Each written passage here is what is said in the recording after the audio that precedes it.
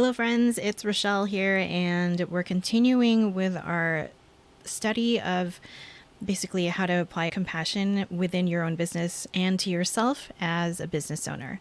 So, if this is your first episode with me, just keep in mind that we started off with these definitions in the previous episode. And so, the previous episode of this podcast is all about being kind to yourself. And I think that that's a really good place to start because kindness is what we tend to think of when we think of the word compassion, but I am actually using the definition for self-compassion coined by Dr. Kristen Neff.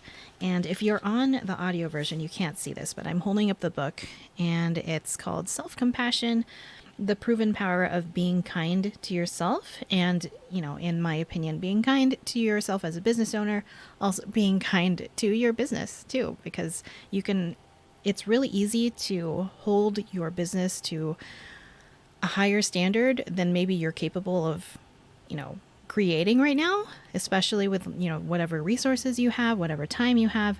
And so just keeping that in mind and trying to be mindful of what you have and what you're doing. And so today we're actually talking about mindfulness because that's the second component of her definition. The first component was kindness. The second one is mindfulness. And I'm going to read from it here. She says, mindfulness refers to the clear seeing and non-judgmental acceptance of what's occurring in the present moment, facing up to reality, in other words. And this part I think is so important because basically, without mindfulness, you end up slipping into the very colonizer type of definition of self-compassion or just being compassionate to others, which is just being nice and defaulting to that sort of love and light mode, which doesn't help anyone, and probably especially the people who use it, right? So mindfulness as a concept applied to yourself as a business owner and to your business and the work that you're doing. So for yourself as a business owner, I like to, refer back to this thing that she refers to, which is suffering equals pain times resistance. And she talks about in this book that she had a teacher on a meditation retreat. And he said the key to happiness was understanding that suffering is caused by resisting pain. Now, unless you're doing something kind of radical or maybe not so great in your business, you're probably not in physical pain because of it, right? I hope that you're not forcing your body to do things that it can't do, or that you're not twisting your own mental health around and causing yourself any kind of pain and suffering on purpose, or maybe not so on purpose, to get those sales. Because having a business means that you're trying to make sales and you're trying to generate money for yourself so that you can use it, for yourself, for taking care of your loved ones, for giving back to the communities that you care about. But while you probably aren't causing yourself any physical pain, I suppose if you're moving lots of product and you're doing all the manual labor yourself, then you probably are. But there are other kinds of pain, right? There's emotional pain. There's holding yourself to a certain level or a certain standard that you literally cannot handle right now. And so the emotional, and not to get all meme about it, but the emotional damage that you are creating for yourself, that's pain too. And then also, if you think about it, you're probably in a lot of pain in how you are just bummed out. You're really disappointed. Maybe you're really lonely. Maybe you're suffering because you just don't have the kind of support that you wish that you had at this point. And so all of those things, those levels of suffering, that's where mindfulness comes into play. Because I think that if you're suffering a lot, then it's going to be really hard to relay your message and really work on your mission and get your work out there if you yourself are suffering in the process. So let's use a very surface level example of suffering just to kind of dive into this idea of mindfulness and how to apply it to your business. Maybe you're at the beginning of the early stages of running your business. And while you're doing your research on it, you're putting together your business plan and your marketing plan. And then you see, of course, because this is just how ads and retargeting and search engines work. While you're researching, you find out that someone else is doing this at like 50 times the scale of what you actually want to do. And you find that they're doing an excellent job of it already. They seem to be very successful. And you're wondering like how in the world you're even going to tap into that market because someone else is already at like the top. And so that can actually cause a little bit of suffering within you, right? You can be like, oh man, I had this great idea. I still want to do it, but someone else is already doing it. And so what's the point? Because I want to, this is where you start to think, well, I can probably like protect myself by not doing it. I can decrease my risk by not doing it. I can save my money for maybe an idea in the future and not do it. And it's like all of those are true. But if you really feel called to do this thing, then knowing that someone else is doing it out there isn't going to really help you, right? And you're just basically sitting here suffering. And the concept of mildness comes into play here when you realize that nothing has happened, right? You may have been doing your research. You may have been like looking at the screens, and maybe you have like a whole Excel sheet of like examples and numbers that you've crunched, or maybe you have, a Google Doc that is filled with all of your like, your SWOT analysis, and you really dove into it. But now you're kind of like curdled up. I feel like it's a little bit of like feeling like you have a scribble inside of your chest where you're like, oh no, I don't feel clear. I don't feel particularly stable. And I kind of want to quit. And this really sucks. Well, if you keep in mind what mindfulness is, it means seeing things for what they are right now. And what they are right now is you are still a physical person with a dream, with a wish of this, project that you want to do, this business that you want to build, that's still a viable business. And by the way, it's been obviously, tested out and proven to be, a really good idea by this other person. But you are just one human doing research, reading words, and managing your own energy levels, even if you aren't blatantly doing that. And so if you sit there and you take away all of the things, take away the spreadsheet, take away the business plan, the marketing plan, all of the Google things that are coming up now in your sidebar ads telling you what you need to start a business. If you like take all of that away and you just kind of sit with yourself, yourself within your own human body, and say, I still want to do this. I still want this for myself.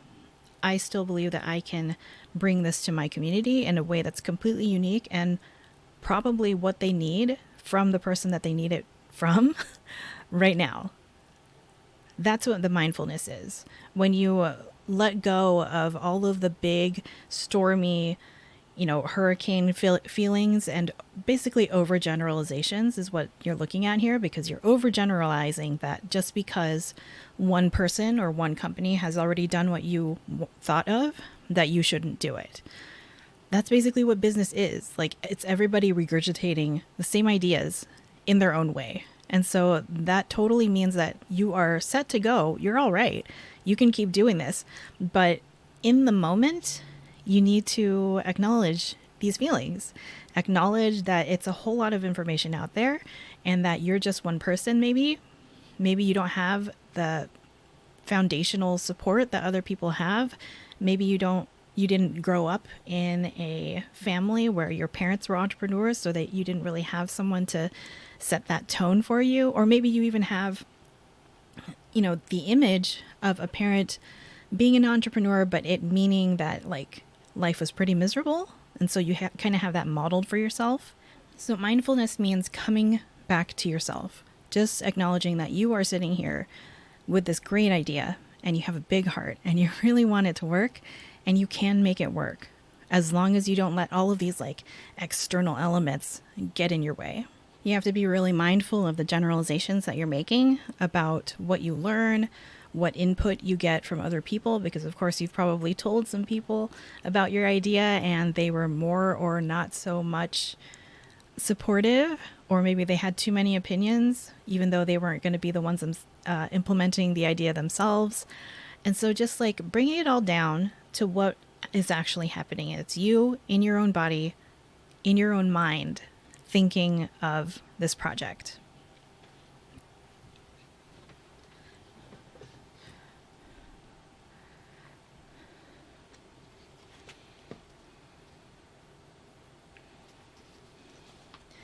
And then when we circle back to that idea that suffering is basically pain times resistance, you can understand what you're actually up against, because the actual pain that you have is that maybe you're feeling lonely, or maybe you're feeling isolated, or maybe you're feeling really behind and not supported.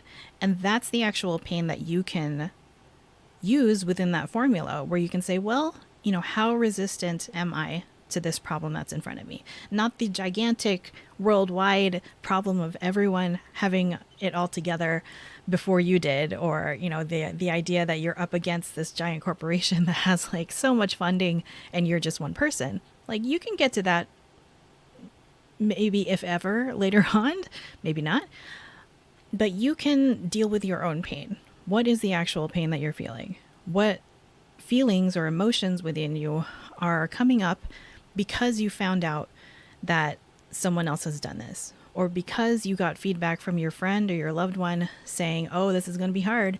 Oh, this is going to take a lot of money. And you know that you don't have the money right now.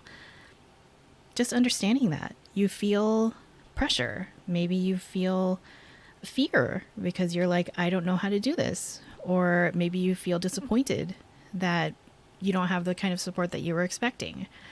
And so dealing with those kind of feelings in your own way, whether it's talking to your therapist or talking to a trusted mentor, or even just journaling it out, acknowledging it that way. That's the mindfulness that I'm talking about here, and not making all of like the bigness be the reason that you make your decisions. Make the decisions based on what you want to do. And then also keep in mind what you need right now. And if anything, start Googling that, because sometimes it's hard to tell what you actually need. I don't know how many times I have used Google in a way that I think is a little more helpful than, looking for a marketing plan, or what's the best way to expand my network or grow my email list. Sometimes the more useful Google search is, how do I start feeling less lonely? Or where can I find other entrepreneurs to support me on my journey? Or what are some easy ways to relieve stress? If you're interested in learning a little bit more about mindfulness, I have a resource, and to be honest, a lot of this stuff was given to me by my therapist. I am not a therapist, but I did find the resources helpful. But there is a free online course called Mindfulness-Based Stress Reduction. It's by the guy that created the method of MBSR. And so it's not necessarily directly related to being an entrepreneur and managing stress, the kind of stress that you might be under right now. But it is a good way to kind of practice and get to know yourself, get to know your own body and what it feels like to just slow down and just be aware of things, be mindful of things.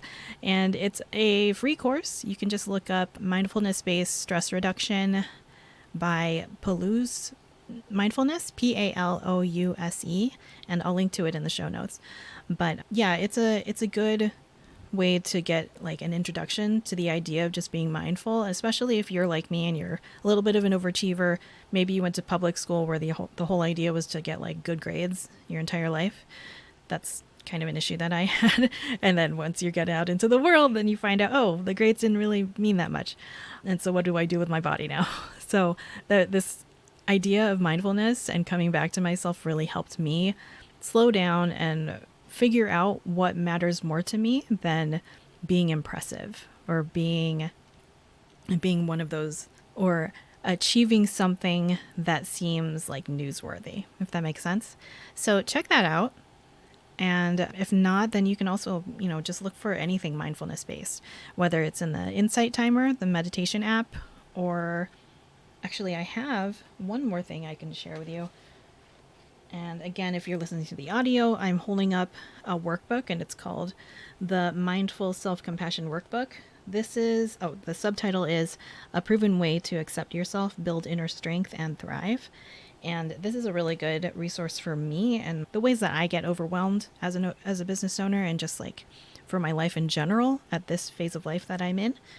And it's very good. I haven't finished it yet because it's just one of those things where you work through it and you're like, oh, this is so good that I have to stop and kind of process it a little bit and then get back to it again. But I recommend it if this sounds like something related to what you might be struggling with within your own body and within your own business. All right, that's it for today. And, if you want to share your journey with me, feel free to email me anytime. Use the contact form on my website at rochellesanchez.com. If there are things in your practice of being more compassionate as a business owner that you wanted to share with me, or maybe there's some things that are kind of stumping you and you're wondering how that plays into it and how you can slow down and be a little bit more mindful as the business owner that you've always wanted to be, send me a message. All right. Okay. I will see you next time.